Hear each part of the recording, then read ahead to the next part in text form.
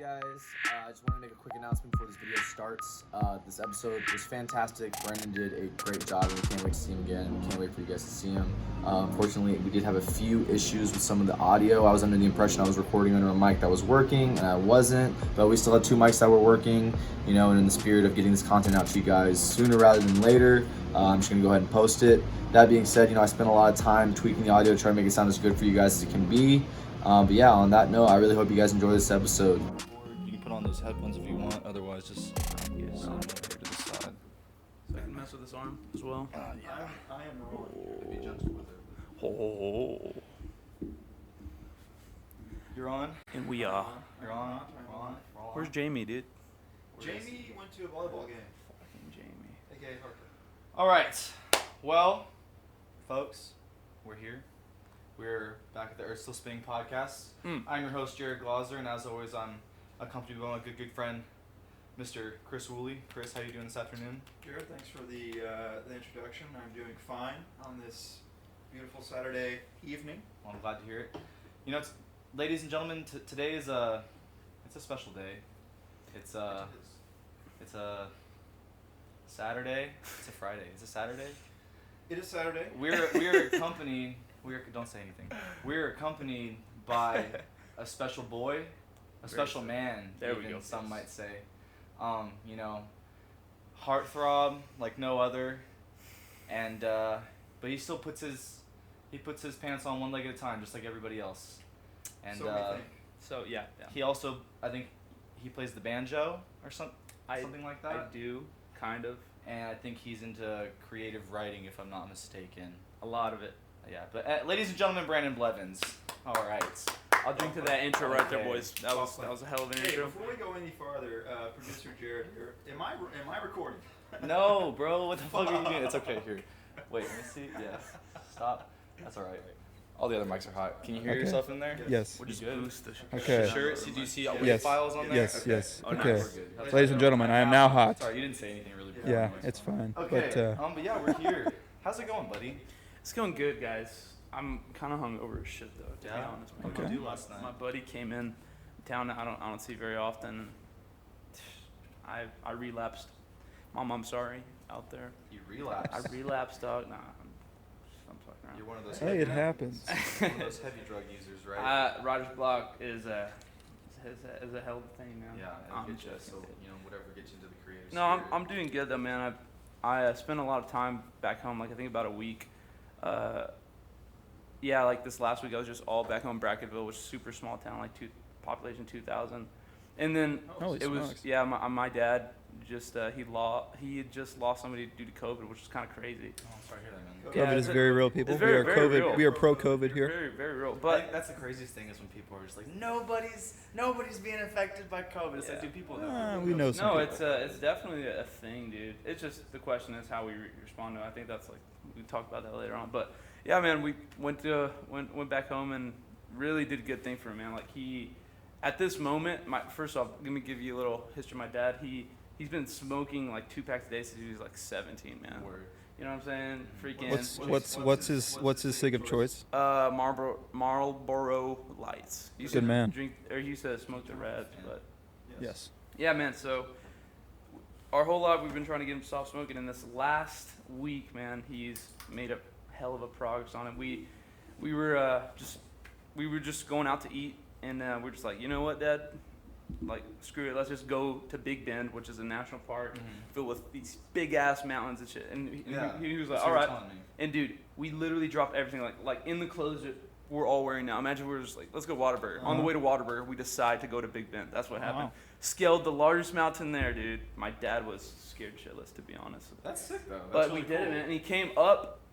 He smoked a cig before he went up, and he came down, hadn't smoked a cig since. So I'm hopeful. Wow, good for him. That's I'm awesome. in a good place, boys. I'm in a good Well, Very place. I'm cool. happy for your dad, and Hey. I'm happy that you're having a good afternoon, I am good great. evening, and I'm happy you're here, dude. Yeah, I'm man. really excited. I got to be honest. Whenever we were first starting this podcast and this venture, one thing that I was really adamant about going into this is, I'm a big podcast fan, and most of the podcasts that I consume are like comedian-related podcasts. And one thing I noticed with like the comedian sort of like bracket in the podcast world is like comedians kind of used podcasting as a way to like network with one another and kind of take out some of the middleman in terms of like promoting themselves. So it's just them doing it from their own platforms. And I saw it really work in the comedian world and kind of shine a different light on comedians, at least for me. And I was like, I want to do that, but I want to do it with musicians. So like it was really, really important for me to try to get you on one of these episodes. So I'm really happy you're here. Dude, no, man, you said it. Like, I think there's so much musicians.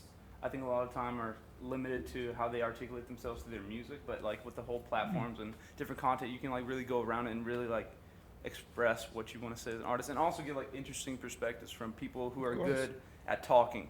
You know, if you're good at talking to other people, it's kind of like a lost art. And you're very good at talking. I think that's one thing that people forget because you're a fantastic singer. Thank you, Jared. Yeah, for those of you who don't know. Oh yeah, I mean, dude, let's not even get too deep into this. Do you wanna plug anything real quick? You got anything going on? I know it's like COVID season right now, but you got any? COVID season. Got to I make know you're on mistakes. Spotify and stuff like that. You wanna shout yourself out for anything real quick?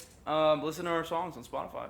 Give me that 0.004 per What's stream, your baby. Oh, yeah. what should people search on Spotify? to find? Blevins. We are a band of 3 brothers. It's me, my younger brother Kevin, my other younger brother Dylan, and Right on. we write, produce. And that's all spelled songs. Blevins? Blevins, correct? Excellent. Yeah, man. So there you Last go, name. people. So check it out. And if you like it, great. If you don't, Stream I Blevins hate you on forever. Spotify, people. It's quality music, let me tell you. It's good shit. He's not gonna fucking boost it up that much, but I think it's fucking fantastic. Yeah, I know. This guy's one of the most talented guitarists I've ever met in my entire life. And until about a week ago, I had, to be fair, not really any idea who you were. Likewise. And I kind of was just on Spotify, and I looked you guys up, and I really enjoyed, the sound you guys create, and that kind of. I don't know, what genre would you consider yourself?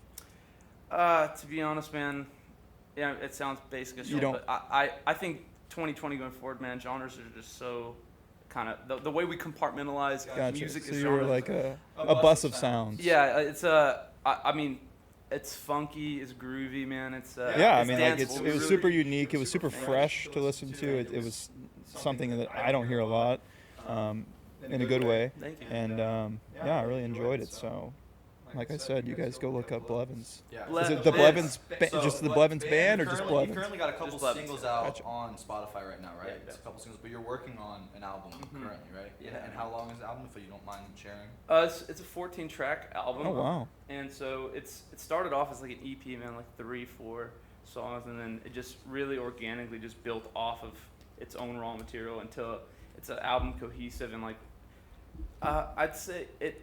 I mean, you could call it a concept album, but it has an objective theme and I guess kind of story, if you will. But it's called New Now, and I've said so many dates, and the nature of how we create our music is so organic that it's just like You don't want to have a strict timeline. Like I I gotta have do. it out. I really do. You do want that. Man, I really do want to have a strict Okay. time, but the nature of the music, it's the music for anything else, and like organically just the music is like a living thing, and it kind of has a mind of its own. I've always really respected and admired you for that, though. I think that's something Thank you, Jared. that you always.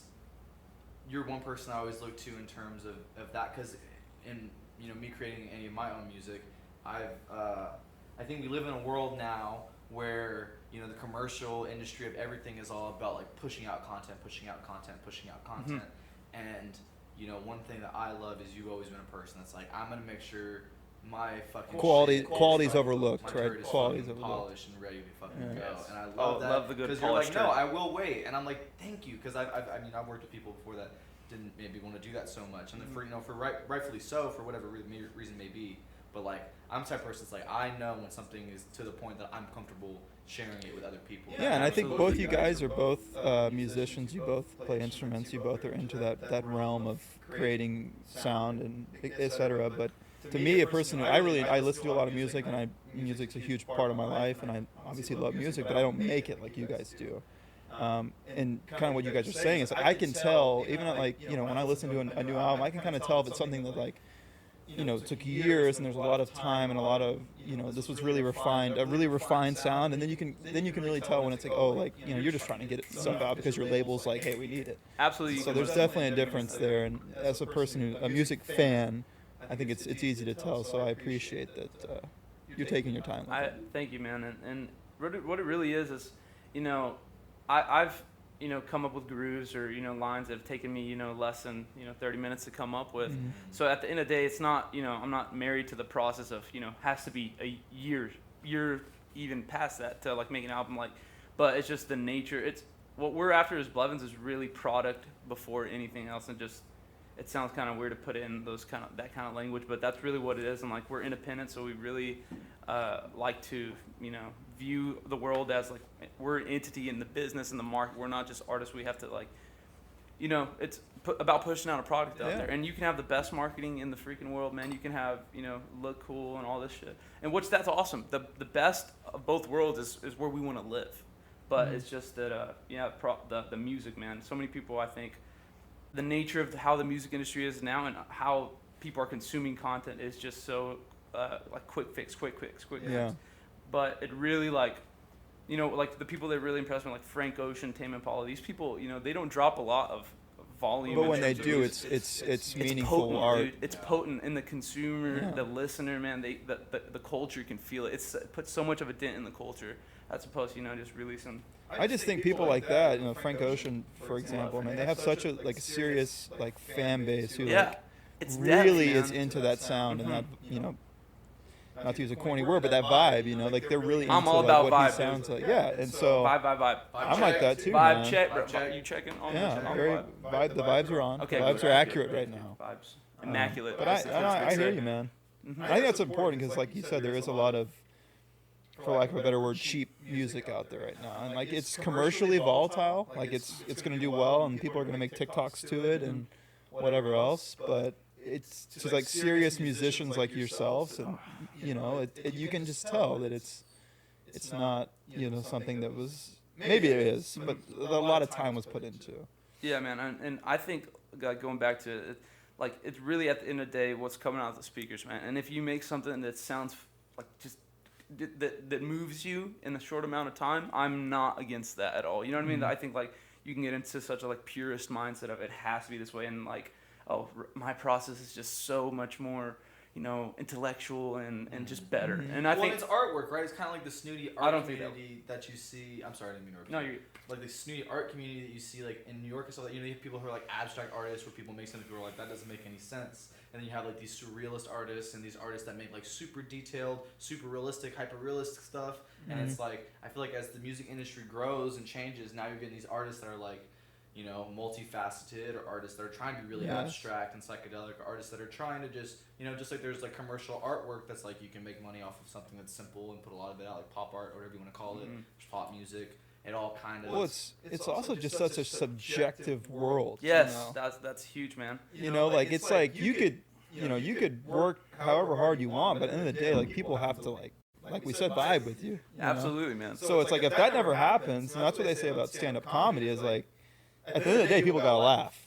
Like at the end of the day, like you can work hard and write all night long, all day long, and write for countless hours. But at the end of the day, like no one laughs or no one comes to your show or whatever it may be. Like you gotta work hard. Yeah, man. And I think at the core of like an entertainer, whether it be an output of music or comedy or anything like that, I think how you get the best product is being kind of looking at it as a way of service to society, or not like bone crushingly heavy to where you can't do shit because you're like everything's too sacred to touch. But like I think that's what, like how you said with comedy, it's at the end of the day, you got to make people laugh, got to make people jam, and you have to make them vibe. Yes. If there's no vibes, there's no good time. I'm tatting that on my forehead. Just vibes. And that leads Who's me got to my kombucha? next thing. That leads me to my next Yes. thing is, when do you start getting the face tattoos? Because I used to be anti-face tattoo. I thought it was dumb, but now I think It depends, it's sort of man. a rite of passage, and it says, hey, I don't give a fuck. I don't want some regular, sustainable, normal person Image. job. I've given up that. Well, you've life also and saying, sacrificed I'm your image. Completely invested in myself. And not necessarily in a bad way. It's okay. If you want, I could do it for you. I've got a pretty steady hand. I Just do a vibes dot. on the cheek. I'd Just a get a dot. dot one day, like a mole.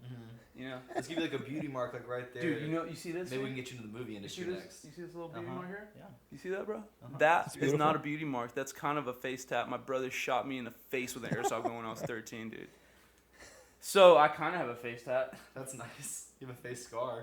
Tat. That's cool. Sounds cooler. It's a tat, tattoo bro. scar. It's a If anyone tat. asks, if Speaking anyone of asks, it's a brothers, tat. Mhm. I think I'm interested in your brothers because being the lead singer of your band, I feel Yeah, like that's got to be an interesting you dynamic. steal a lot of the Yeah. limelight, and Well- Dylan and what's the other one's name? Bobby or something like that. That's fucked. Yeah, so I don't know anything about it. Your lead vocals, your Love guitar, guitars. your like what do you do? No, Like Dylan what's the and Kevin. dynamic of the band? Let's talk a little bit about them. Tell me a little bit about those guys. What's something that maybe somebody might not know about Dylan and Kevin that Oh, I feel that's a more good people question. deserve to know? Do you guys live together? Yeah, we've had That's interesting. for our entire lives. Wow. This is, bro. You have no idea how it's just a space. It's a good space right here. You know. Yeah. But no, Dylan and Kevin. What's something that y'all don't know? Dylan's really into like, I don't know if y'all know like psychology or anything like that. But there's just Sure. like Carl Jung is a psychologist who has like really a lot of.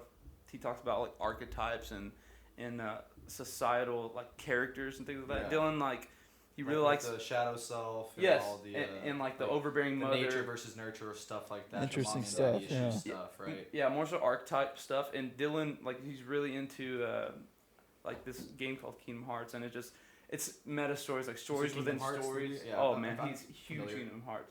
That's And cool. so- This Disney and stuff, right? Yeah, Disney and all, and just kind of Final Fantasy too. So Yeah. big, like we all play games, I guess.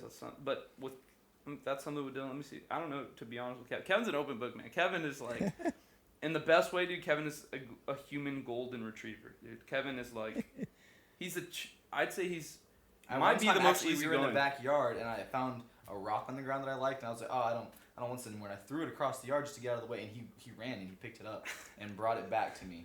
And he wouldn't drop it until I told him to drop it. And I was like, Kevin, go inside. It was the weirdest thing. Yeah. Yeah. And eccentric. Yeah. But he's a great guy, and he's a really good. What does he play? The trumpet, right? No, dude, Kevin's the glue man. Kevin's the bass, and so, dude, it honestly, I'm kind of guilty of this, but it does I'm just piss kidding. me. I love No, Kevin. no, Kevin's so talented. He is very talented, but like it's so weird how over time like the culture of bands, like I don't know if y'all pay attention like band memes or anything like that, like but y'all have had to seen like the bass player memes and this and that. Yeah. And treating the bass player as an Yeah. insignificant part, dude. Like they're out of any instrument that you would notice stop in a live show, it's absolutely the bass. bass. It's in yeah. charge of a whole frequency. Like Wow. it's singled out, you know, and like I drum. think that the bass and the drums just don't get enough respect because drums give you all the rhythm of the song, and then the bass is like the movement of the hips. And that's the stuff, thing, you dude. know? It's the I whole. love hearing unit, this man. because I have Absolutely. I don't live in this world, you know. Yeah, it's the. I mean, I love music, but I don't ever get to like look into this aspect of and it. that's probably my favorite thing about music. That's why we right have you now. on. Hey, there we go, man. And like that's what it is, man. It's just the whole cohesive unit. Because like if I was just by myself, it'd be a totally different groove. Dylan has made stuff by himself. It's in Blevins just because I mean we're literally extensions of one DNA Sure, yeah. splitting off of, you know. So it's like no matter I think how far we go, we'll end up having a cohesive kind of Yeah. groove. So where do you think? Because you're all brothers, you're all obviously blood related. Yeah. Where do you think this musical inclination is derived from? Like, where do you think this That's a comes good from? question. Do your parents play any sort of instruments? Do their my grandparents? Dad, my dad is he used to kind of sing in church back in the day, Mm-hmm. and then he got a Playboy tattoo, and then I'm Fuck yeah. just kidding. But he does. That's but totally he's sweet, gonna though. piss So me, that's when we dude. stop He's- singing. Right above the left ass He's gonna cheek. get pissed at me. But no, my mom used to. Okay, this is kind of cool. My mom has 2 sisters as well, Mhm. and they used to perform with Selena, the late Oh shit! Selena. Very nice. Selena? Selena. Anything for That's- Selena? Oh, bro, and so Selena. they I don't think they did like any singing or anything about it, but they Uh-huh. were in entertainment, and like I have a group of people on my mom's side that are like Tejano bands. Okay, Yeah. cool. I'm I'm half Hispanic. Hispanic Oh, as well. brother. So hey, shout out. Camouflage. Yes, we have I'm the. also half Hispanic. Hey, Shout this out is to a the fucking half diverse Hispanic dude. No, podcast. I'm Listen, serious. Yeah. we check all the boxes here. Yeah. Shout out to the half Hispanic dudes that Hell all yeah, baby. Caucasian. See, I was telling Jared on the last podcast. Maybe this wasn't in the podcast, but it's like your dad is whiter, the Mexican one. I mean, he's the more whiter one, I guess. Oh, so are they both half? So, dude, to be honest, I don't really know. My mom's dad and mom did not speak English. Okay, they so she's immigrated definitely from Hispanic. Mexico. She's like to the bone, bro. Because I Need some think caldo. what I was telling Jared is I think when the dad is like if you're half, Yeah. if the dad is the Hispanic one and the mom's the white one, the baby comes out looking more. It has more Hispanic features. Well, I believe. I mean, my My high school biology I don't know. teacher Possibly. was. Fuck, I don't know what I'm talking about. So I don't know, but It I seems that believe- way. Don't humans receive 50% of their mother's genes, and then the other 50% comes from like the rest of the family tree? I'm I pretty sure think so. it's I know you get your hair from your mom. Really? I Did think you know so. that you get balding, like male pattern baldness and all that stuff? That all comes from your mom's side of the family. Yeah, like yeah. So So, even if your dad's bald, you might. but not if you're get like Hispanics have, I think like good hair. Like most of them. Like I haven't seen my grandfather on my Hispanics mom's usually have side for a very thick hair. long time, but the guy had a sweet fro back in the day. Sweet, so, bro. Yeah. You know, it's crazy. I can't grow facial hair like. And I can't really hair either. for shit. But both my father's father and my mother's father had just kick-ass mustaches, dude. That's And I feel badass. like one of these days I'm just gonna have to really, Just fucking really let like it force it loose, out of your face. You know. I believe, dude. You know. I Get can some see real it. gain. You know. I think it could be kind of cool. Yeah, But man. also, who really like wants to rock a mustache these days? But yeah, I think mean, you back can. to the like. Sorry, I mean. The biggest mustache tangent of all time. I know. Like, I'm sorry, guys. I Fucking- just wanted to get myself fucking talking a little bit. talking about we got into a genetic bout. Right Yeah, there. yeah. I was so out of my area of knowledge. I know it's we not all even are. I funny. was like, I think it comes from your mother. Genetics.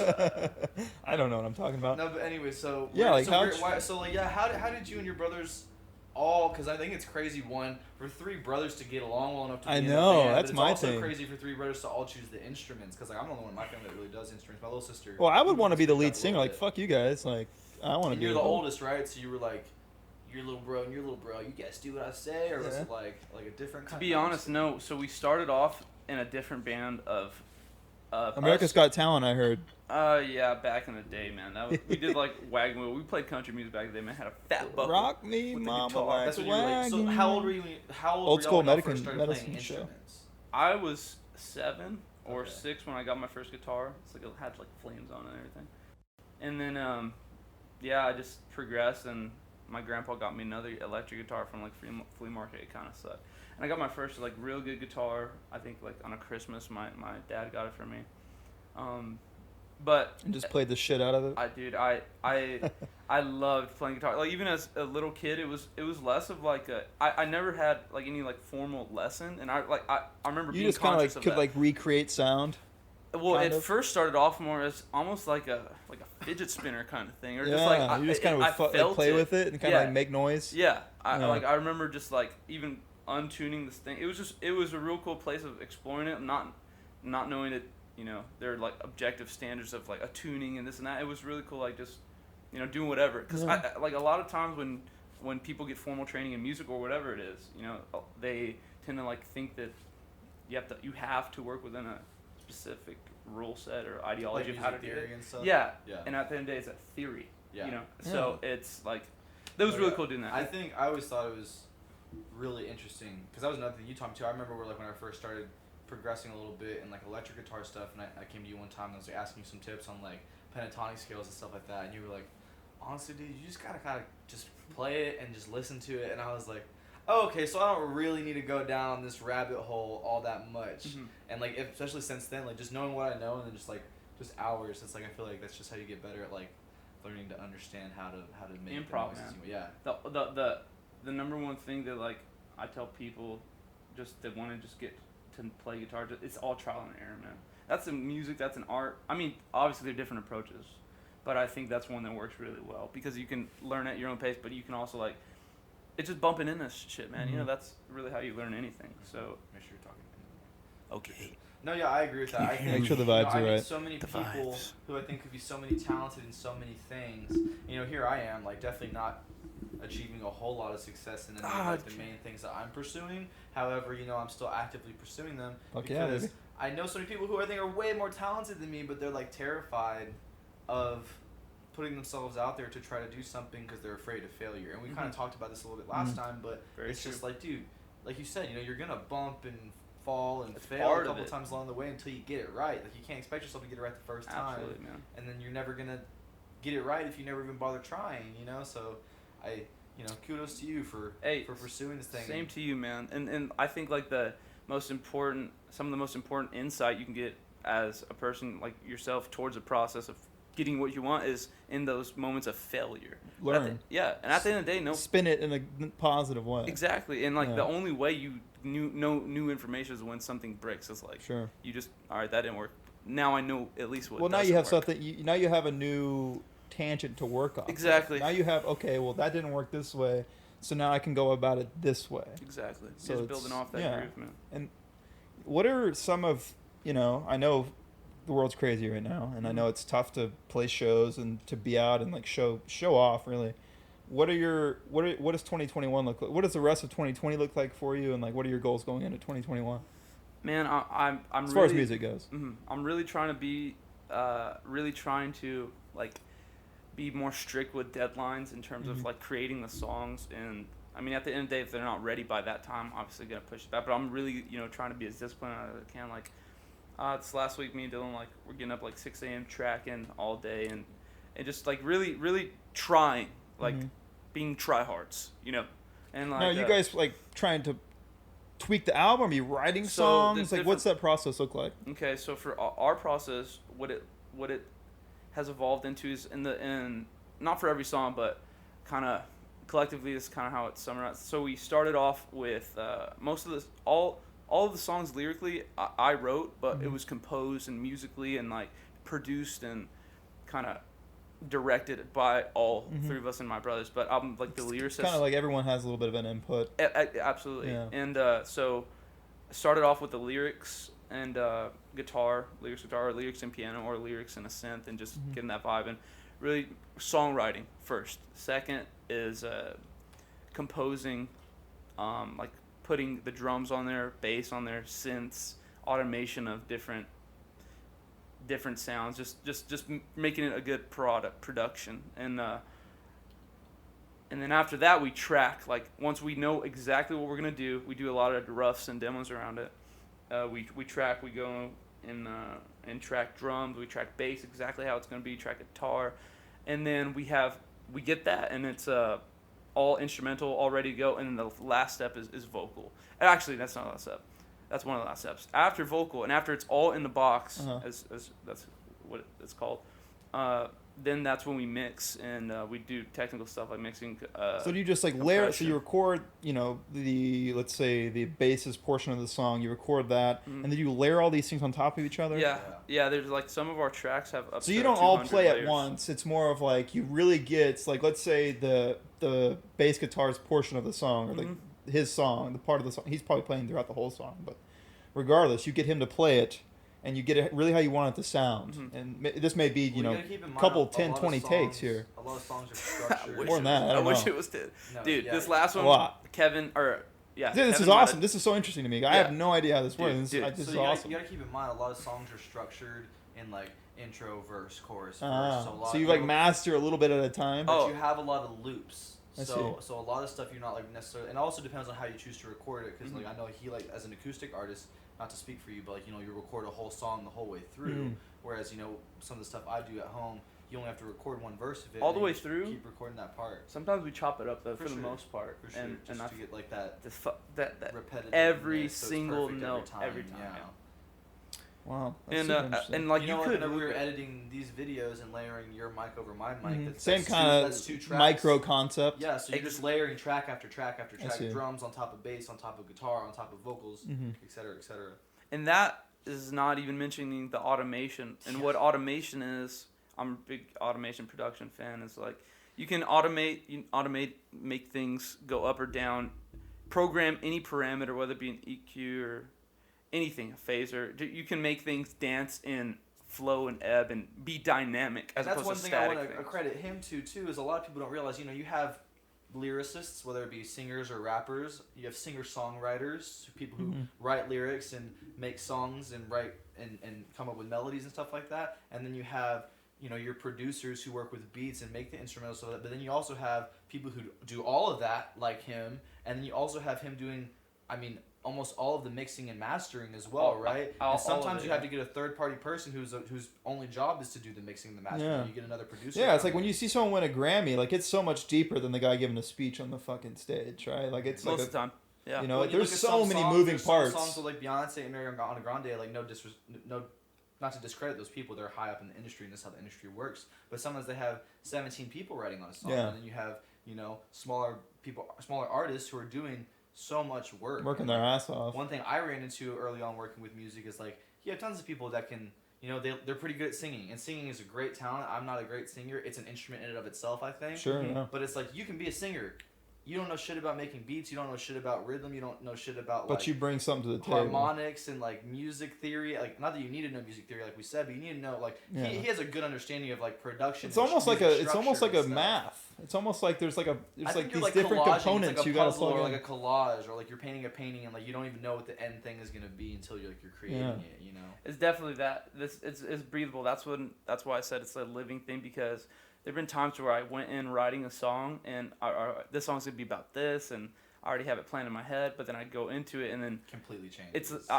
It's led by a feeling and by like an intuition of like using my own emotions as like a metal gold detector for music. You know what I mean? Like it's leading with that intuition. So it's like sometimes you have to abandon what you thought it was, which ultimately leads to the best product, I think.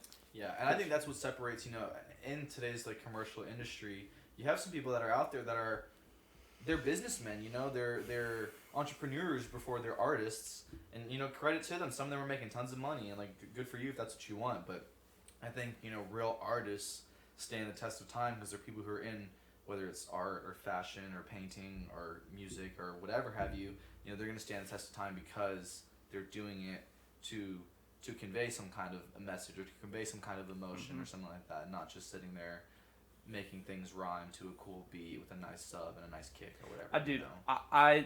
I get what you're saying on that point, but also there's just music that I love how it numbs.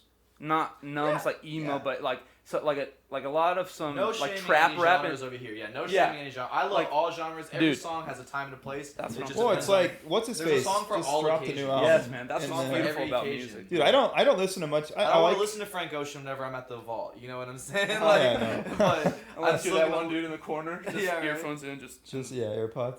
No, but like country music's not something I'm super well versed in or that I listen to a ton, but like there's certain artists in that realm that like I seriously like they can really like write. Oh, and, dude, like, Tyler Childers just put out an album. Unbelievable album. I love Like he's always steady, man. And okay, let's get into that then. Not to interrupt you, Chris. No, you're fine. Man. Who's like some? I mean, I know you're a big Tame Impala fan, but can you give me like not your top 5, but like 5 artists that come to mind that you're just really fucking with right now? I've been we'll into spin that Bee Gees. around the room. Yeah. That's good. I've been into Bee Gees lately. They're Wow, three nice, brothers, which a lot nice. of people don't know, and dude, I feel so bad for them, man, because they just got slapped in the face by public opinion when everyone thought disco sucked. Yeah, it's still in our popular culture to this day. That's dude. still one of my biggest. I hate America for that because it was like disco. Oh man, disco music. Disco never died. Disco never died. Disco never died. Disco It was changed necessary, by the way. Like it was for that decade. It was hot. Like, dude, what a time to be alive. Well, people don't realize you had disco music and you had disco DJs with vinyls. And so whenever disco DJs first came in, that's when you started getting people like Grandmaster Flash, which ultimately led to like Dr. Dre of people like scratching, right? And in disco music, they would do scratching and like hip hop breaks to demonstrate their skills. And during those breaks, that's when you have breakdancing. And during that instrumental break and when breakdancing took place, ultimately you started getting people freestyle rapping and doing rap battles and stuff like that. So if it wasn't for genres like disco and the underground club scene like that, you wouldn't ultimately have hip hop music. Absolutely, dude. You know hip hop? It's named hip hop because you know the song. It's by Chick. It's what is it? It's a Chick song, which is Nile Rodgers, like super like revolutionary disco band. And this dude put his song on or his vocal on top of it. And then it said a hip hop, a hip, and people didn't know what it was. Like, you got that hip hop song, bro? That's what they used to tell people, and they're like hip hop. That's just crazy. I love. We love life. Yeah, man.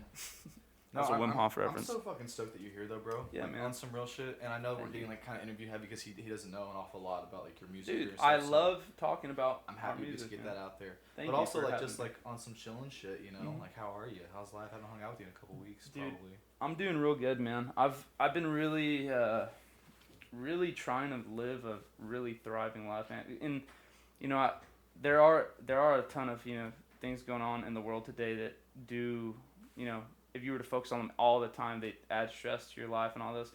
But I don't think I think you can only spread peace if you have peace within yourself. So I've been really focusing on that, regardless of what's going on in the world.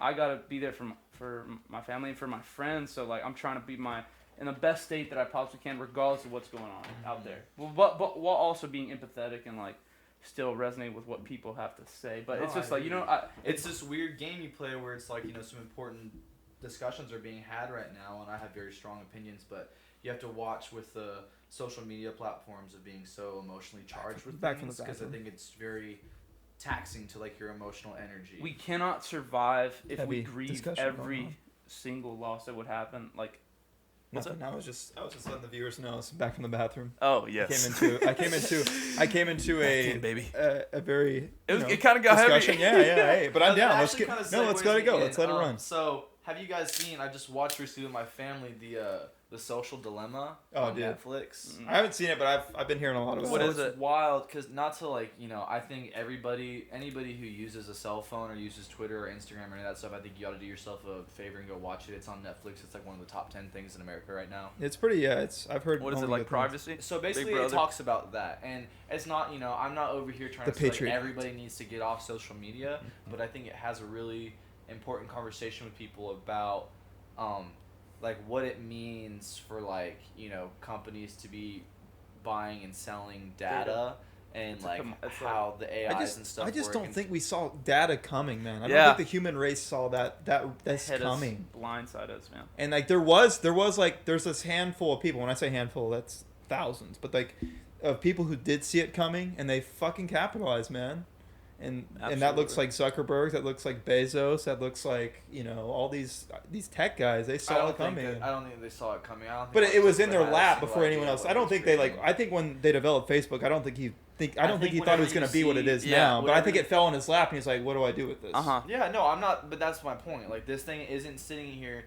Mark Zuckerberg's not the big bad guy behind it. No. There's Bezos. Bezos isn't, like, none of these people. I mean, don't get me wrong. I think that, you know, Jeff Bezos has a ton of money and he can make a big difference. He's not. He could. Shit. But that being said, and that's the main thing that I think people in older generations don't understand is, like, this isn't an individual entity that's necessarily a bad guy. There's not really a bad guy. It's just the fact that there's no conversation being had about the fact that there are, you know, a boardroom of 30 to 35, you know, young to middle-aged white males that work at Google, and they're brainstorming how to make, let's say, the Google Gmail page as addictive as possible. And there was no team that was also going on that was actively trying to figure out ways and how there's no legislature in place to prevent it. So they're like, well, it's free game, you know. First off, it's like, for sure. But then what this thing gets into is one of the main guys in the documentary is like he worked at Google, and they have like a guy that worked at Google, the guy that created the like button on Facebook. These people are geniuses. They have people that literally were up there in it making this stuff, and they're like, yeah, we need to do something about this. Oh yeah, man. So it's really crazy. You should check it out. Everybody should check it out. Yeah, for sure. I'm not here to be Mr. Social media is gonna end the world, but like, yeah, like it's definitely eye-opening, and like I think we're both, you know, people who think about this kind of, and I'm sure you are too, that think about this kind of stuff, and you know the way and the route and the road that social media is on, and like the world that we're kind of curating for ourselves it's crazy, man. I was thinking about something last night, and like really the past week is like, you know, our parents grew up, and it's like people they went to high school with, like you just kind of lose tabs on people, you know, like you would go on and your life goes on. And I think we live in a world now where you don't ever get to close any tabs. And whether it be, and you obviously can. You obviously can. Like, there's people who aren't on social media, whatever. It's a very small subset of people. But, you know, when my mom was 22, she didn't have everyone she went to high school with on a friend on Facebook or Twitter or Instagram. And it's like, now it's like you're not forced to, but it's kind of like the status quo to like, at what point in my life do I like, am I going to be 40 with like 800 friends and like random people I went to high school with who are just still kind of like prowling on my life on social media? Like, you know what I mean? I would like that. You would like that? Oh, dude. I see the good in it. Birthday comes around, bro. I love me some pokes. I just don't think it's healthy for humans to know what everyone's doing. And I have 1,000 followers, and I get like 2 people tell me happy birthday. I mean, that hurts my feelings. I think we have to take responsibility, man, as consumers as well. It's super new to us. Well, yes, but we, for the most part, have signed our rights away when we sign up Privacy's for gone. these things. Well, and the man. craziest thing too is we're the people to talk about this because I was around whenever I was still, playing with my imagination in the backyard. I know, like we were Until like the I last watched- like group of kids. Until I feel watched like. the Razr I think phone about that, come yeah. to be, and then I watched the BlackBerry come to be, and then I watched touch phones. Yeah, come yeah, to yeah, be, dude, and it's then funny, I yeah, watched we're like the Facebook last and group. MySpace. Like we saw the transition. Mhm. Like people before our age group are like the older category. I feel like, and then people after us have just since they like my little sister and them since they've been born, like Facebook's been around and fucking I think they that's all been the had- most significant I think technology. like people who are like change 20 in to our lives. 25 are like that last 5 years of like. I remember my childhood, man. Like I would get home from school and like I would rush to do my homework and get it because I had to do it before I could do anything. You know how it is. And then like to like go like get on my bike and go to my buddy's house who lived on the other street and like we would just hang out and like play football in the yard or like go like play in like sewers and shit. And like kids don't do that anymore. Maybe Kids they do. don't play in but sewers anymore, Kids man. don't play in sewers like they used to. They need to just go in they don't sewers. get dude. abducted anymore. And fuck. I used to hang out with the Get ninja. that You know what ringworm, I'm bro. saying though? Like kids are like I know what you're saying. whether it's for better or worse though, like they're fucking playing Fortnite or making TikToks and like whether that could be good, but I think, dude, it's just a different world now. It's absolutely different, and the world will continue to be different till the end of time, Mhm. dude. And it's like, I think we underestimate our adaptive capability as human beings, Sure. dude. Because you look back, dude. There was a freak out because of the kaleidoscope, and I think like, in like some like 1200 AD somewhere. I need to look it up. But people were just like freaking out kaleidoscope. Oh, you're gonna quit your job just to look at kaleidoscopes all day. And Well, it's we just got the magical power of Google here. We can just Google. yeah. and Go look that kaleidoscope freak out, man. It's a real thing. No, I'm gonna have to seek some help on the spelling of kaleidoscope.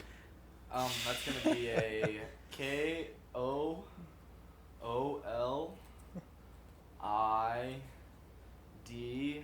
You're really.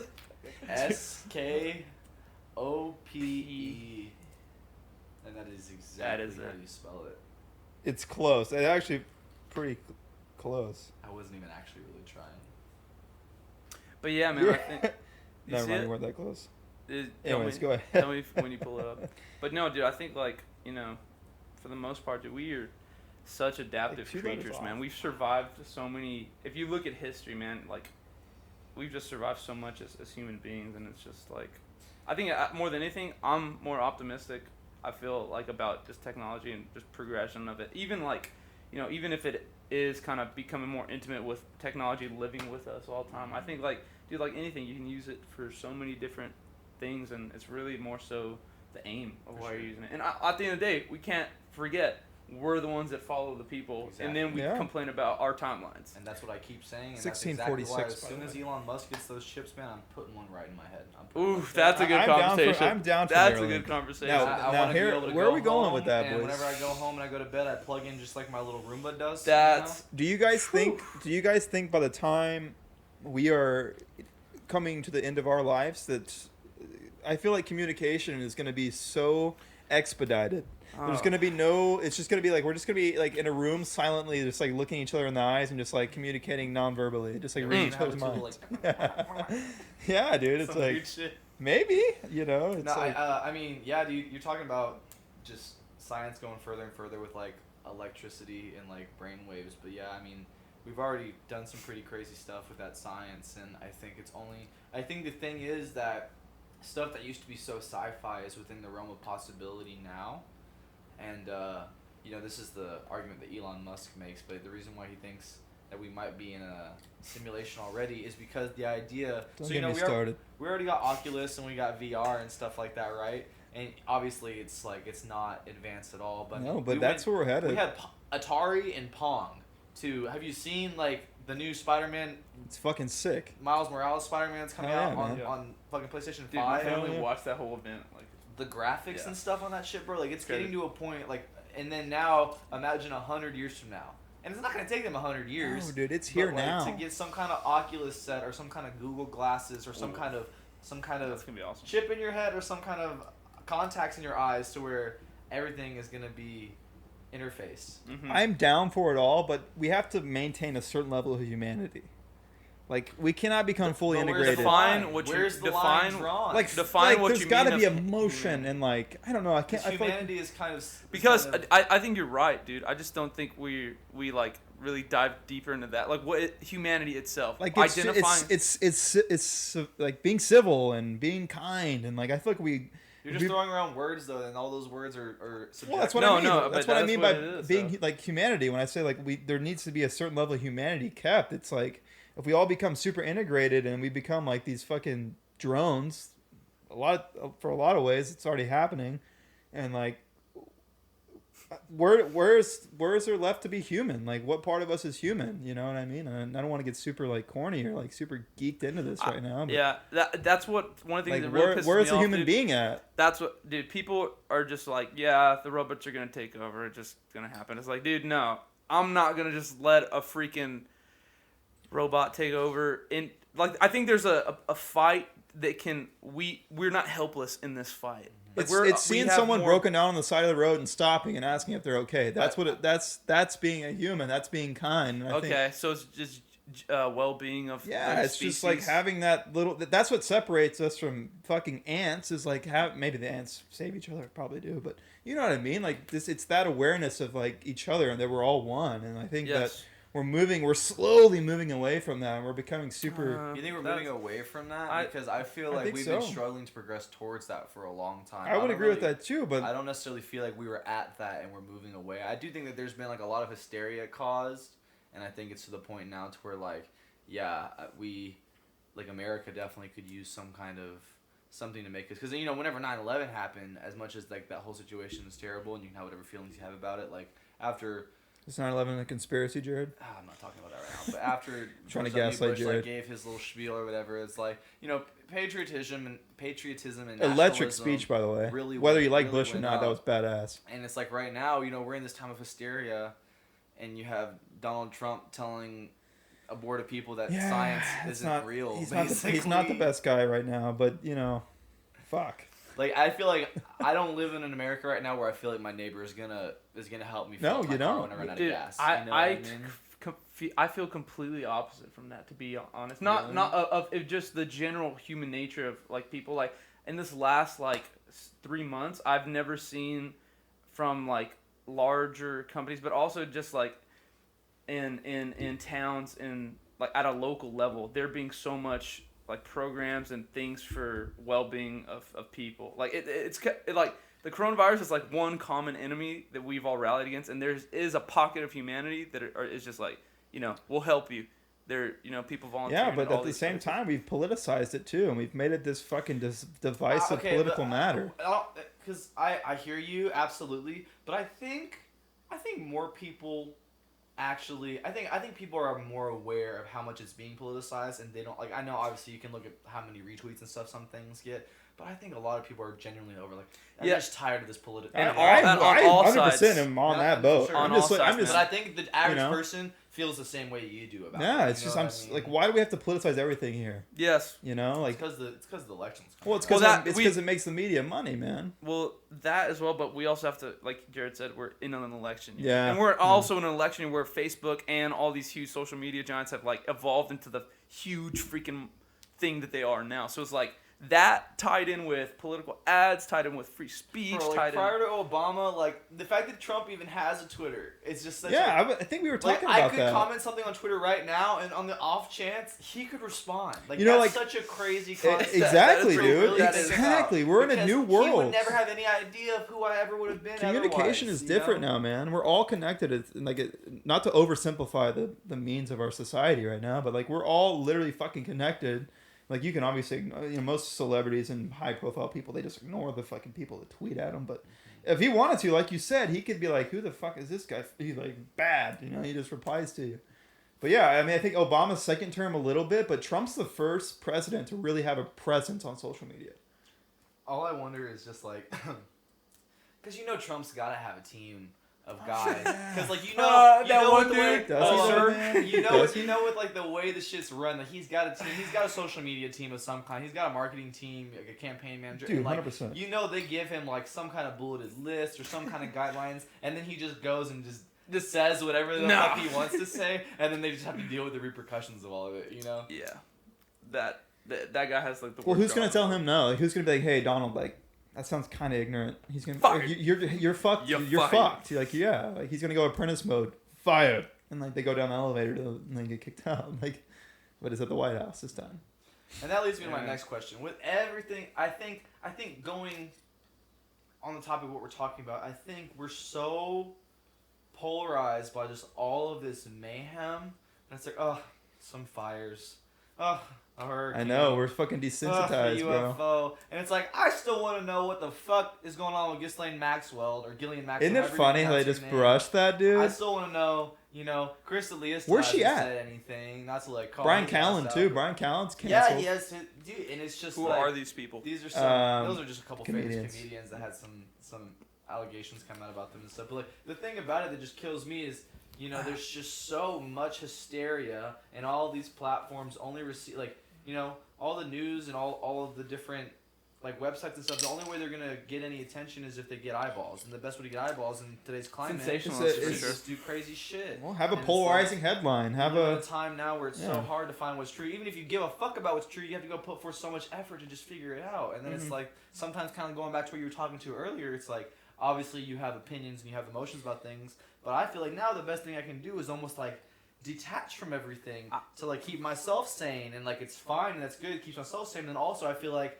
almost like nihilistic or cynical for detaching from everything. No, and that's that I know exactly what you're talking about. I think that's what we have wrong as a society right now, is feeling guilty when we don't want to get involved in the collective constant grieving. Yeah. And it's different with different situations, of course, but like like I said earlier, I think like you can only spread peace if you have peace within yourself. And like I think a lot of people, you could easily use that for a personal excuse just to feel shitty, or just to not put in the work to actually feel the peace within. And I think try to self-loathing spread is it. super prominent right now. That's it, and it's for a lot of different reasons. Like we do have to understand we are being like victimized by existential threats. There's a lot of social Corona, pressure right now. example, like the election. But at the end of the day, like we have to freaking stand up and like adapt to this shit, man. We're a generation that's we were little, but we witnessed 9/11. We witnessed the fucking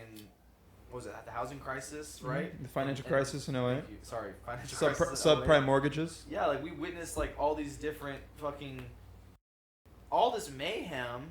Hurricane Katrina, so on and so forth. It's like at this point, as a 22-year-old in America, it's What's hard. next, baby? It's hard to keep following any kind of prescribed idea of the American dream, because it's like, dude, like I feel die betrayed. tomorrow. I feel a little I feel betrayed. like I could die tomorrow, and I feel like nobody's got my back. So it's like I feel I'm just betrayed. I feel surviving out here. misled. Yeah. I feel like I'm not gonna sit here and people are scared to even have this conversation. I feel like, you know what I mean? Sure. Well, it's I just haven't even had this conversation with a lot of well, people. it's just like I know Joe Rogan's trying to get Trump and Biden on his. That's never gonna happen. That's never gonna happen. I would you're love wrong, to see bro. it. I think he has the pull. I He think did he Bernie has- Sanders, dude. I think with I know, but I think the Democratic Party's telling Joe right now, like, hey, there's no way you can go sit down in that studio. You're gonna get fucking mauled, and it's not the best the for us. Democratic Party doesn't want to pander to young left-wing Americans? They do, but they know in that scenario it's not going to be good. Okay, I think we should talk about something else. I'm tired of talking about all this politics. No, I mean bullshit. it's. I would be down to see that, and because let's be honest, we haven't heard much from Joe Biden. We don't know what are his plans. Do you know? Can't talk for more than like 40 seconds. I know, and that's a something problem. Absolutely ridiculous. I'm a Democrat, and like, oh my gosh, man! don't you want to know what his It's ideas okay, bro. are? They'll give And him some smelling salts like they do Aaron Rodgers, and he'll be good. Like he'll be fine. no, seriously. Joe already has the brain implant. They're just I using know. remote control. I know Donald Trump is probably on some fucking Adderall or something on a daily basis. Oh, for sure. He's Like, on some on type of something, amphetamine. Some pro brain or whatever it's called. Alpha I don't brain. even know. Some Yeah, on it. Alpha brain. There Some you on go. it. Like he's On it, plug. He's staying on it. But yeah, Yeah, man. honestly, so I feel like we've talked about plenty of stuff that you can find on any podcast. But I'm curious, Brandon. One thing that I think many people don't know about you is you are actually Spit. you're a fan of the comedian circuit yourself. You like the idea of doing a little bit of stand-up comedy. Dude, we're doing that. We're doing that 6 months from now. I actually think. Have you ever done an open mic? I mean, not in the in a venue of comedy, but like there have been times where like I break my string and I just have to say some dumb shit, That's and fair. it works. Other times, not. Brandon's at a all. fucking funny guy. Yeah, you seem like it. Whenever we really get going, especially if he's like a little fucked up and stuff, he can ad lib, he can riff, and it's hilarious. Yeah, you find a little rhythm of You've done open mic two, before, right? and they weren't great. But it's more fun the dude. You the can process. see because there's guys there that obviously aren't famous and they're not professionals by any means, but they've done dozens of open mics, and like it's a formulaic. It's an art form. Yeah, it's a formulaic. There's process. It's not just getting up there and blowing shit out of your ass. Dude. I think you can do It's that a though. Some you people can. If you're Some super people if you're can. super charismatic and you carry yourself and you, depending on your personality, you can get away with that. But the guys who are really good at it and they start getting feature acts and they Yep. start getting paid to do it. It's like a set. Like it's a fucking process, man. And then like, and they have like 3 really solid like 3-minute jokes that they can fucking nail, man. And their timing is so good. And it's just like, holy shit, like you've really, like, yeah, I've been doing this for 6 years. Mm-hmm. It's just like, oh shit, well that makes sense now. That's awesome, man. Like the timing, dude. Dave It's Chappelle, everything. man, the GOAT. Dave Dave Chappelle is a good. He is so articulate and he flows so well from a set. Like Well, it looks easy. it is. He's like, I think I was listening to John Mayer interview and they have done like shows together. And John said Dave. It's awesome, and I love John Mayer about it also. And John Mayer said that Dave is as good as in comedy as anyone else is as good as in anything. Like he's a master of his craft. believe Man. that. And I love Dave Chappelle, man. I was good. I was. I saw John Mayer last summer, like You did? very, very close. So what do you suppose that like mechanism is that makes somebody What? comedic or somebody musically, like what is that thing? It's not that, taking shit so serious, man. I think a core element, but it's also being a good communicator. But I think what's really weird and really like weird to think about is there's some people who on a one-on-one basis, like in this kind of atmosphere, cannot communicate at all. I think, But there's people that in crowds they can absolutely kill it, dude. And I they think know it's like exactly- what you're saying is like it's being able to communicate, and it's being able to show a perspective that's most people don't. It's being able to make people realize a certain perspective that they wouldn't have realized beforehand. You know what I mean? Like that's what comedians do. They say things that you typically wouldn't say, or you make jokes about things, and you show people a new perspective on things, and it's like it's a funny perspective, whatever it may be, And I think that's what separates. It's being able to do that in a funny, articulate way. And for the comedy aspect, singing is something along those lines. But I think with the greats, though, a lot of times they have no idea how. It's a talent mixed in with like a dude, real it's try. a stage presence. It's That's a what it is, presence. man. It's a certain voice. It's, Yeah, dude, and I mean, What do you I think? argue more than like 50% of the work is just like action. Just doing something. And like that's one thing. As opposed to I keep kind of gushing a little bit, but like one thing like I just always admired about you, and one thing that I always appreciated about you is like going through, the experiences that you've done with music is just being like, you don't need anything more than what you got. Just do something. Like you don't need to correct this one thing. Like just do something, or you don't need to wait till you reach this threshold, because so much of like the human existence is just waiting till we have that job, or waiting till we have that upgrade, or waiting till we have that girl, or waiting till we have. it's like once I get that, then I'll do this. Yeah. And it's like, dude, no, it's like because even whenever you get there, then there's just another. There's gonna be thing. another hurdle. And like I actually just finished reading this really good book. It's called it's The Untethered Soul. I can't think of the author right now, but it kind of like ties into like Taoism and just like spirituality and stuff like that, and just being present. But like, yeah, dude, I mean, so Straight much. and narrow. I've had days when like, I smoked a little bit, and then I was like, I'm gonna take a nap, and then in the spur of the moments, like instead you're like, nope, and you just like get up, and then I cleaned my room, and I went and worked out, and I like went to the grocery store. You know what I mean? Like just making a decision, because we're all like victims of this thing of like choice, and I feel like so much of what we deal with now, dealing with the social media and with the phones and the laptops and TV and everything, is like we have so much convenience that now we're never tried in any kind we're of not way. There's no tested. patience. Yeah. Patience has been eradicated. And then we get stressed and we get anxious and we get angry, but then we don't even know what to like pin it on, because in reality our lives are so fucking easy. Exactly. Yeah, man. There's like, oh, I'm no, just it's worried an about. existential stress, man. You need to have a challenge in your life. Like you need to push your limit, man, every day. If you're like how you're saying, the decisions. I think the best decision you can make is that's basically sounds get out of your comfort zone, man. And that's how it's every good thing in my life has kind of come from that.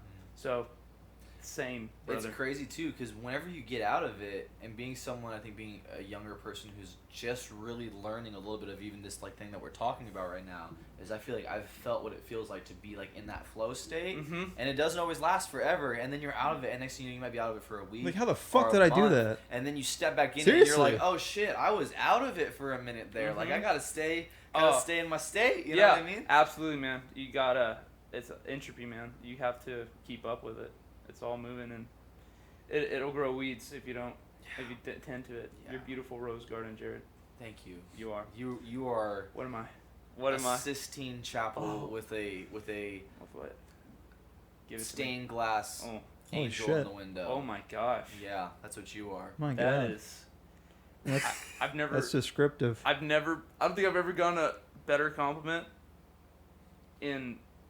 Actually, my mom's giving me some pretty I good. bet so. Your mom's But a no, nice that's a good one. lady. That's definitely up there for You're sure. welcome. I appreciate you. But So you're on TikTok, right? Speaking of your I'm on mom, TikTok. I saw that you had like a little viral TikTok with your mom and the boys. yeah, dude. So Yeah, that's man. pretty cool. This man over here is not on TikTok. Not on TikTok. You're on Can you TikTok. believe that? I'm not a Well, talker. you should. Well, dude, you don't have I'm that gonna long be to real get Well, it. if I don't have it by Sunday. tomorrow at 11 p.m. Eastern, Hey, it's never gonna happen. You know about that? What? TikTok tomorrow at 11 is getting banned off the App Store. It is? It's like some Flappy Bird shit, bro. I thought You that remember they weren't Flappy doing that anymore. Mm-hmm. Okay, hold on. I gotta go pee. You don't like We'll talk TikTok? about that in a minute. I'm indifferent. I'm indifferent. This is the part where I show you my TikTok chest tattoo. Just No, I have no problem. And I know we talked about this last week, but Mm-hmm. like I have no problem with people growing a social media brand. It's more of like we talked about earlier. It's more about the data aspect of TikTok and like the shady shit that their developer does, ByteDance, and like where they sell that data, and it allows the Chinese, and like this is again like super random, but you know it's the Chinese is mining 18-year-old girls' data. Whether that's important or not isn't different, but they're doing it. And Trump, whether you like him or not, was like, and I'm indifferent about his decision. He's like, hey, this isn't happening because it's Trump and China. You know how that whole thing is. yeah. So I'm more of. But dude, it's not like I'm like fuck. No, I TikTok. know. I just don't have it. Yeah, yeah. It's like And anything else. respect, dude. We can still be friends. Yeah. See, thank you. Some people would banish me forever. For not what. Who is this guy? Are you a Nazi? Dude, the thing about TikTok that I think it's really like, could be one of the innovations in terms of the app itself and consumers It's consuming. brilliant. I think, yeah, in terms of the funnel, like the bandwidth, dude, it's never been so much input from your phone to your brain, dude. It's a lot of all information. content. It's a video, full video to another video, never ending, dude. And you don't have to follow anything. I think that's the single biggest problem. The algorithm's dangerous. I think that's the biggest single problem facing the human race right now is Big statement. no, we have, and it's and this is I'm No, gonna zoom out. It's, no, but it's let me. not I'll let TikTok. you finish. It's no, not I know, TikTok. but that's a big statement. So what is It's the fact that we have so much information available to us, and we can't siphon out what's bullshit. And so that's the struggle you're seeing right now in the human race. It's like we have all this information. It's on the table. It's available to anybody. But we like how do we know what's good and what's bad and what's accurate and what's false and what's fabricated, what's synthetic information? Like we don't know. And depending on where you're at and your level of intelligence, like you could be a bot to Russian. You could be like a little puppet to a Russian bot on Facebook. Like I bet there's so many people's like grandmas and grandpas who are just like little Russian puppets who are getting played all day long. Oh man, I totally agree with that. So I think that's our problem right now. It's like I think the information's great. I think it's great that the human race has access. Anyone can learn anything right now. It's the integrity of that information. It's exactly. It's like how do we consolidate all the information we have, because it's everything. The history of the world. Without violating, free speech and all that. Exactly. So it's a tough situation. It absolutely is, man. And so I think that's the problem. I think it's great, and I think we're gonna figure it out. I'm optimistic about that part of the human race. Is like we're gonna figure it out. But right now it's like it's so new to us. Yeah, absolutely is. It's like think about when we discovered fire. You know how many people fucking killed themselves trying to figure it out. Absolutely. It's kind of like, and I hate to compare discovering. It's obviously fire was much more big, maybe not, but than information and technology. But it's the same thing. It's relatively new to the human race, man. Absolutely. And I think we're sifting through it all right now. Like, how do we determine what's right and what's wrong, what's accurate and what's false? and it's what's helped me with that it's really just like a lack of like the integrity of truth out there, and like truth seeking, whether it be like factual information, all that. What helped me is a quote by Paul McCartney. He said, think globally but act locally. And I think like obviously at the core of who we are as human beings, we want to have a better world to leave for the future generations. Hold on 1 second, sorry. That's About Paul McCartney. Who? Think locally. Think locally. Act globally. Think globally, act locally. And like, yeah, man, the majority of my information just comes, I really don't, I check some news sources. There's allnews.com. It's a real cool website. It has, are you aware of it? I'm not aware of it. Yeah, man, it's super cool. It gives like 3 different headlines based on the spectrum of political, the center, left, right. And you kind of, it's so funny sometimes that you go in, it's like, Trump's doing a great job, and like Trump's doing a terrible job. It's just, these are headlines that people take as truth, and so like it's real cool to like, it's to put them to fight each other and see what truth comes out of it. You know that have you ever heard the game you play with M&Ms? Like No. you get M&Ms and like you get one M&M and then you pull another one out the bag and you crush them together, and then the surviving M&M keeps going. Oh wow. Wow. And then the elite M&M at the end of the day gets to survive. Yeah, I played that one time, but every Do you time I eat played, it? the white M&M was the one that Do you would just- always win. The white. Yeah. No, I personally don't eat mine. I put mine on my mantle. I have a display case. Yeah, the white M&M has a certain societal right to survive. I'm sorry. White M&M, yeah. It's too much privilege for that white M&M. No. That bastard. But what I'm saying is like that's kind of the concept of that all sides. It's just you get like one from the super right, super left, and you mush them together, and then whatever is surviving is truth. Or that works for me, man. I think we need to start a new side, man. I think we need to start I Chris, Jared, and Brandon side. Yes. We'll start our own political party. All of our local followers will. We'll run on peace and love. Yeah. Hey, that's not a bad place to Is it start, man. 1969 or is it just me? Dude, it's not. the thing is, there's so many A similarities. lot of and- reflections, right? Oh, absolutely, man. Nixon, we got whole pop culture just being more connected. A new revolution in terms of content consuming and So No, much radio, of America is TV, doing phone. psychedelics right now. I'll tell you that. Tesla, I feel like I got on TikTok. I got into a lane where it was like I would find people doing mushrooms. And People, acid the and mind, stuff like the that. mind, the perspective of Americans is like they're waking up, man. For lack of a better phrase, like people are waking up. well, it's also like legally they're being legalized like for the first time in decades, dude. Since like 1960, 70, they were outlawed, and only recently we've opened them up to like Mushroom test clinics, man. them I'm a and- big and, proponent. In Colorado, they were decriminalized, Mhm. so now you can do like mushrooms and you can test it. And the thing is, dude, there's so much more capability of just like the mental health aspect of psychedelics in like a professional environment. Like there was this one study done where smoking cessation, smoking treatment, quitting smoking had an 85% success rate via a psilocybin dose. And Yeah. dude, and like my dad, like I said, he smoked for so long. It's smoking is not just like a bad habit. It's like, it really is just like the It's a physical thing. it's just like one. It's like anxiety, dude. It's a smoked physical cigarettes thing. consecutively for like 2 years, and I don't smoke cigarettes anymore. And it's crazy how much it just like works with like your system. You Yeah, know? man. Well, it's like coffee, man. Like I don't think that people talk about that, but coffee's the same exact thing. When I wake up in the morning, that's literally one of the first things I think about is like I need to Yeah. get coffee. I try not to. Whether it's from Stripes down the road right here, like I got to get something. I think coffee is a severe issue, but coffee doesn't have nicotine in it, so I wouldn't categorize. No, it I as don't the mean same it. thing. I don't mean it's on the same playing. They're field not as- equal. As But I tobacco. would say, if you want to talk about drugs that are a real problem in America, is sugar. I mean, that's Oh, dude, that's the it's one. a fucking man, problem. that Nobody wants to talk. that's the about biggest that. battle in America is That's the part diabetes. that I'm worried Oh. about. Dude, you trying to make a joke right there, dude? No, I'm serious. The Diabetes biggest battle, is really, bro? The huge. biggest obesity? You're gonna really just do that? What do you mean? I You didn't get it hear. right? Biggest, The yeah. biggest? You get Oh, it. As Kind of like the classic. I'm not. it is though, man. Like, It is. No, and then you absolutely you apply those statistics to the COVID deaths. Mm-hmm. Oh. Mm. I feel the FBI is gonna bust down our door. They probably any will, minute now, man. Like, boys. this guy's onto They something. figured it out. They're like, oh no, they know it's sugar. It's sugar. No, it is. Most people that died from. I mean, I'm speaking on my ass right here, but I would assume it's tied to obesity. A lot of I it. mean, but also, you look at like the concept of like the nuclear family and stuff like that. And if you rewind like 40 years, I mean, we were eating terrible, like really Dude. bad stuff. It's like, After yeah, the it's war, all whatever's the on the farm, processed baby. Stuff. So like we've there's Whole Foods and there's Trader Joe's and stuff nowadays. And Yeah, but there's also a severe, income margin there. That's like people with in a low income area with 4 kids, they can't afford to go to Whole Foods. Oh yeah. They're going to McDonald's every night in the drive-thru and getting a 20-piece. Yeah.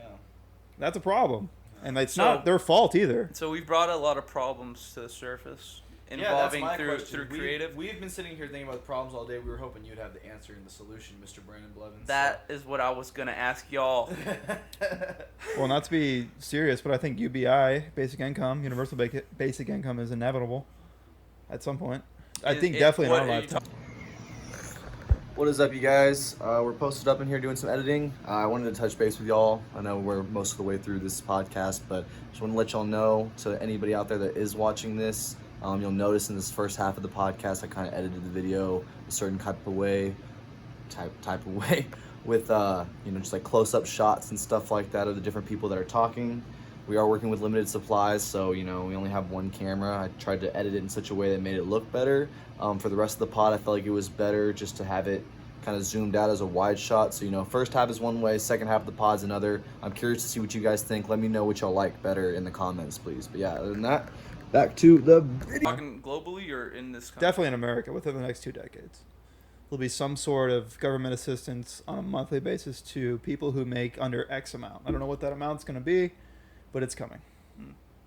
That's you think that's a solution? Along with automation, along with a lot of jobs are gone. Yeah, I think it's coming for sure. Jared, what do you think is the solution to these problems we've laid out on the table? I think the solution to these problems, Or truthfully, a solution. Doesn't have to be the. But if you have the, bro, That'd be fucking lay tight. it on me. Be tight.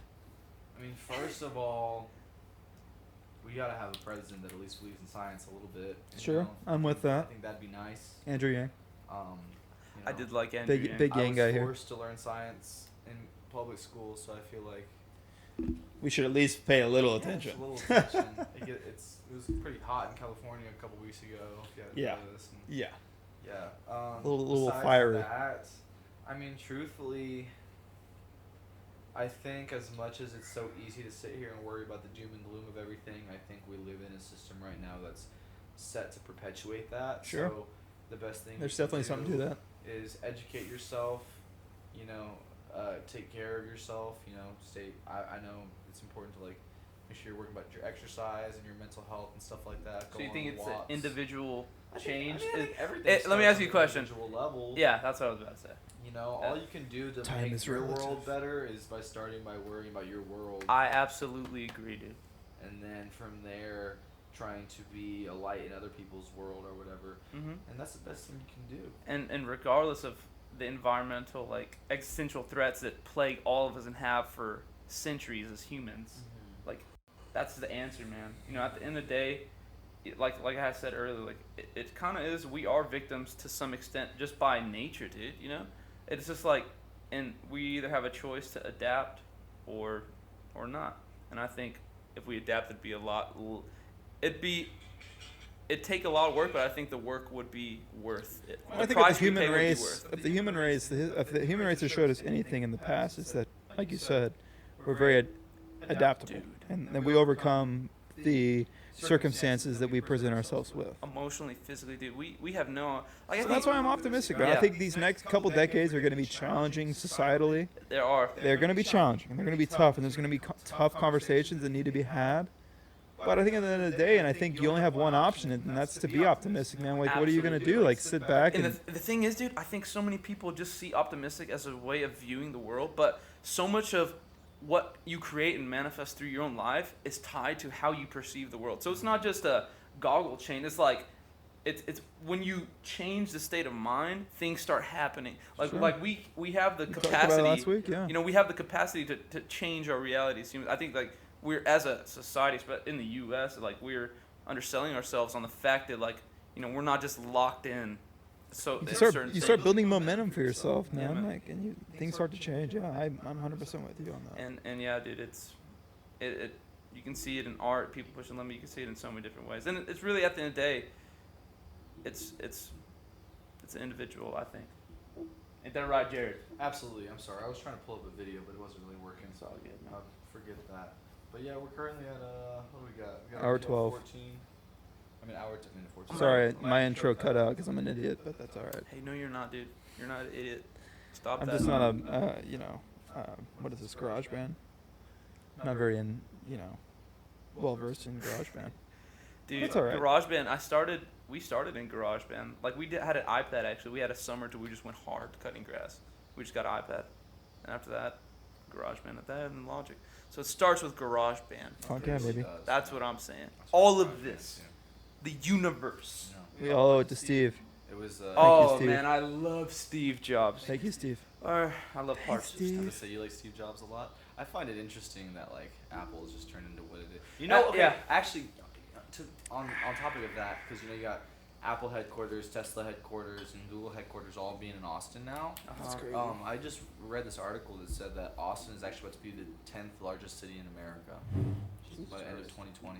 I think it's pretty crazy because That's I feel awesome. like I used to just always like feel like, oh, I need to get out of Texas for whatever reason, and now it's like it seems like everything's just coming here. You Mhm. know, Absolutely, dude. so many people are coming here.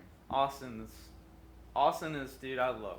Austin is the first city that I felt good about being in this city. I remember I told you I grew up in a super small town, like 2,000 people population. I graduated like 30 something people, and so like I remember one of the first times, we were just hanging out in Austin.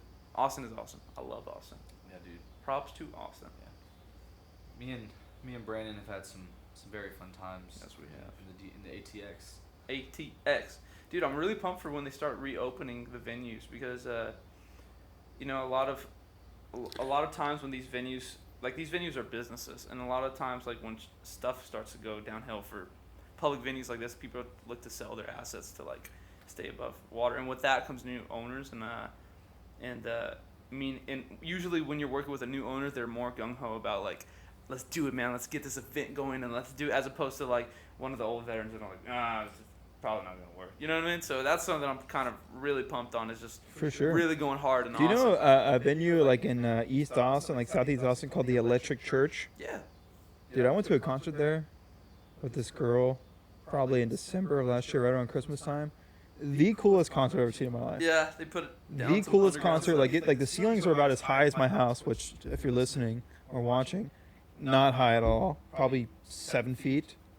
And like it's like that kind of like super underground, like I don't know what you would even call it, like the type of vibe there. Yeah, man, it's But crazy. it was super intimate and like super like it was just awesome. It was an One of awesome. the coolest things to do, man, is like there's so many just And it's like an old like if you drive by, you're like that's a you don't think it's a concert venue. Like it looks like it's literally a warehouse. Mhm.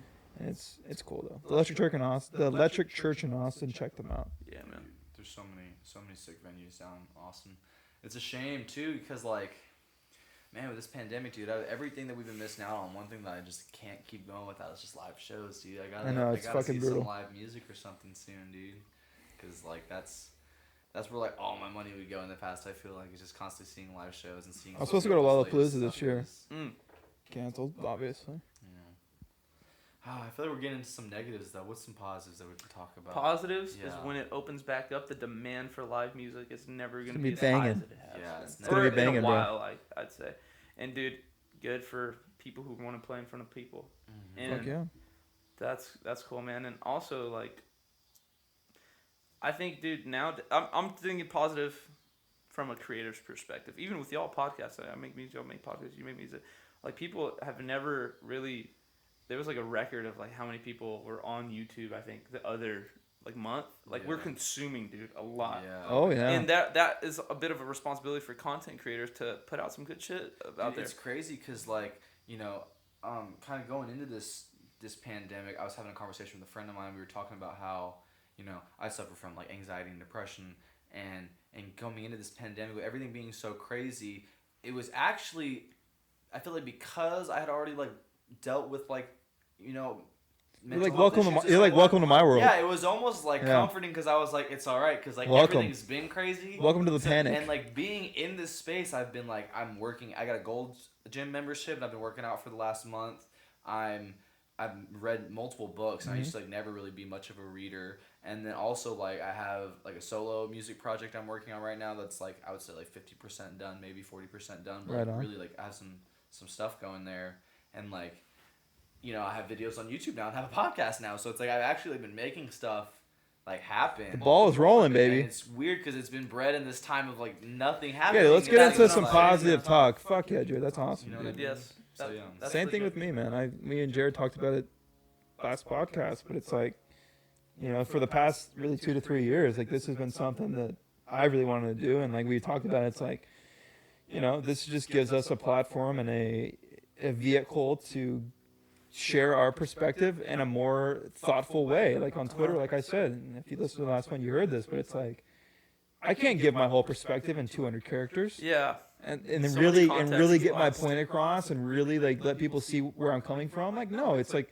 super open. And like not that this is obviously open for interpretation as well, but Twitter's like it's there's what I think, and whatever you think of that, there you go, right? Mhm. So I think this is super important. I'm so fucking glad. Yeah, man. Excuse my language. That we're doing this now, man, and it's so cool that like look at this, man. Like we're sitting down, and we're finally doing this, and we have a freaking guest, which is unreal, and it's very cool, man. It's rolling, man. The ball's rolling. You got the voice for it too. Thanks. You do. You do. I remember. And listening to that I first want to emphasize again, like this is still, I mean, just a work in progress and a work Very in much motion. so. I mean, we were fortunate. We're getting enough to better get every 3 time. mics set up today with Brandon here, and we're working on getting more Oh, stuff set yeah. up. I'm setting up, my own personal studio space in Cedar Park that we're gonna have going. I got a list of guests coming. If you guys are watching or listening, we'd love to get more guests coming. We're If working you know hard, anybody man. In the San Marcos, Austin, or anywhere really. Like I'm just, we're just trying to make stuff happen, and I think that also ties into the fact that I'm just so happy that you were able to hop on here, and we want to get your Absolutely. brothers on here. We want to get old Kevin and Dylan and Dude, man, it'd be really cool to get just their perspective of these two, because a lot of times when we're, like I said, when we do like interviews and stuff, it's a lot of times we're kind of jumbling on each other, and also like we don't just get the depth of it. It'll be cool. that was the biggest thing I wanted too. Is like one, I mean, we don't have all the mics in the world, but also I don't want a podcast with really more than 3 people on mics, because then everybody's just talking over one another. It's a competition of voice. And then also being in a band, it's like I want to know what your perspective is alone, like without those guys, and I also want to know what those guys' perspective. Like I plan on getting those guys on the show, and I want to get them on individually as well. And I think it's really cool because I want to get I want to get really deep down into musicians on this show, not just musicians, anybody that we want on here, but Just fucking fun people, man. I've always just had a soft spot for like just creatives and artists Yeah. and musicians, and that's something I really aspire Just to people do. who have something unique going on. Like that's the biggest thing is like whether you're an artist or whether you have an odd job. Like I think it'd be fun to have someone who does something weird on, or Mhm. whether you're whatever you are. I think that's the big. And I think that's anyone who has a show's goal is to have exciting guests on, generally speaking. But I think, like Jared said, like our main goal is to have creatives, artists, whoever it may be. I think a lot of the time it's going to be an artist, but just someone who has something going on that people will be interested in, and something for people to check out. So Yeah, man, it's legit. I appreciate it. We lit. I don't know if we're about to wrap it up, but I know you're working on an album. Mhm. And from a person who doesn't live in that or manage or live in that world and of creative and making an album and being an artist, how does that happen? Like obviously you have a journal or some sort of book or whatever where you're writing lyrics, and how does that ball get rolling? That is the light of my life lies in the fact. Is that a tough question to No, answer? no. The light in my life lies in the fact that I really don't know how it kinda- happens, man. just comes And out it's of you? beautiful because, so much of what we identify as good feelings is knowing and compartmentalizing and just like, okay, I know this, I control this. And it's like, it's the ultimate joy to really fall in love with not being in control of a certain aspect. And like, Being okay with an outcome. yeah, it's a trust. It's like it's a cool little. It's not also just the process of it that's cool, but it's like once the result of it is out, it's like it's a really good way to get some useful insight for yourself and for what you're really feeling, in a way to express it out without locking it inside, and in a way to where you know, a lot of times the writing processes of our songs that are going to be coming out focuses on a dynamic shift of, you know, as I'm writing, I'm realizing certain things. Mm-hmm. And it's cool to like capture that, and kind of you can help people have that same thought process that where it will lead you to where you were, you know, and Like possibly That's the main and goal, possibly right? It's like when you're resonate. making a song and you're a singer, an artist, like you want people to get to your perspective. Like you want to bring people, like you want people to feel what you feel when you're writing this song, right? Maybe a little bit. Yeah, I think you just want people to feel something, not to answer the question for you, but I feel like, you know, I mean, I don't know, what do you think? I feel like the main point is to invoke some kind of feeling, Yeah. but I know my biggest pet peeve is when, you know, I draw a picture or when I make a song, people are like, well, what does this mean? And it's like, It's open for I don't want to answer interpretation, that question, right? Like, you know what I mean? Yeah, it's like, what do you think? it's like subjective. It's art. Like, But I love objective meaning in art though, because I think it does require a certain amount of like discipline and like a, you know, like a real skill set of artists. Like, don't get me wrong, I love abstract art. I love just, you know, unstructured art in general, whether it's, you know, painting, whether it's music. But I really love like songwriters like John Mayer and even Frank Ocean, dude, who can tell a linear story while not choking out the listener's interpretation of it. So it's still fun for the listener to paint isn't that their what's so world. beautiful about humans? Is like that we have John Mayers and Frank Oceans And dude, that is really Tom at the core of it, Petty's man. and fucking Princes in and all this- these people. In this day of age where we have so many resources available to us, I think I just want to encourage people to understand that, like, I don't think any of us are really, I mean, you know, John Mayer is, like, fucking insane. But, like, I really don't think He's any a of us god. are so different from some No, of we're the not, John man. Mayers and some of the Dave Chappelle's. It's I like this completely much of a agree. I mean, difference. those are two man. names that are fucking... Those are some I'm not legends. saying, but, Those like, are some understand legends. the I message that I'm absolutely saying. agree with you. And, like, yeah, to that point, man, I just think people just need to really...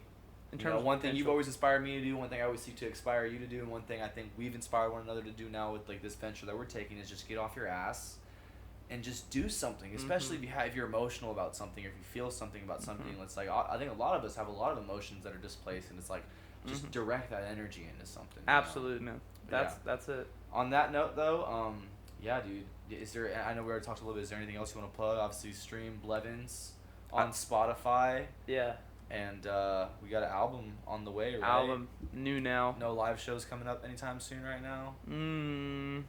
No, not just some private events. Really, nothing like for a show. I think we're gonna try to start like doing some more live shows here in the next like couple months. But yeah, thanks for having me. Thank you all brother. thank you all for liking our music. Of course. Dude, I love it. It really like gives me a lot of meaning in my life and drive to, you know, continue to seek out people who are trying to make the world a better place, whether it be whatever output that they do. And Just trying to you know, share his perspective, brother. absolutely, man. And y'all, I believe y'all's perspective is valuable and Appreciate that. especially in terms of humanity, like articulating the subconscious of humanity that a lot of people can't articulate for themselves.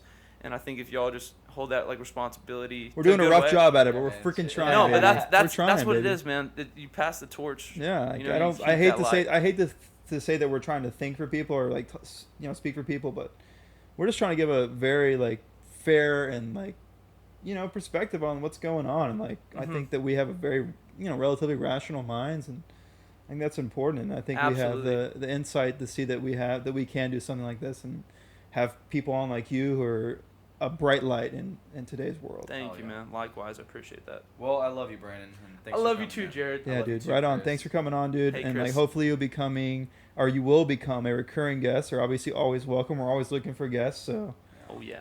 thanks for coming on, dude. You killed it, and Absolutely. we look forward to Blevins in the rest of 2020, and as well as 2021. Dude, I hope you guys kill it. Yeah, man. All right. It's coming. Well, this has been Earth Still Spinning, episode 2. Boom. We Thanks out. for listening, guys.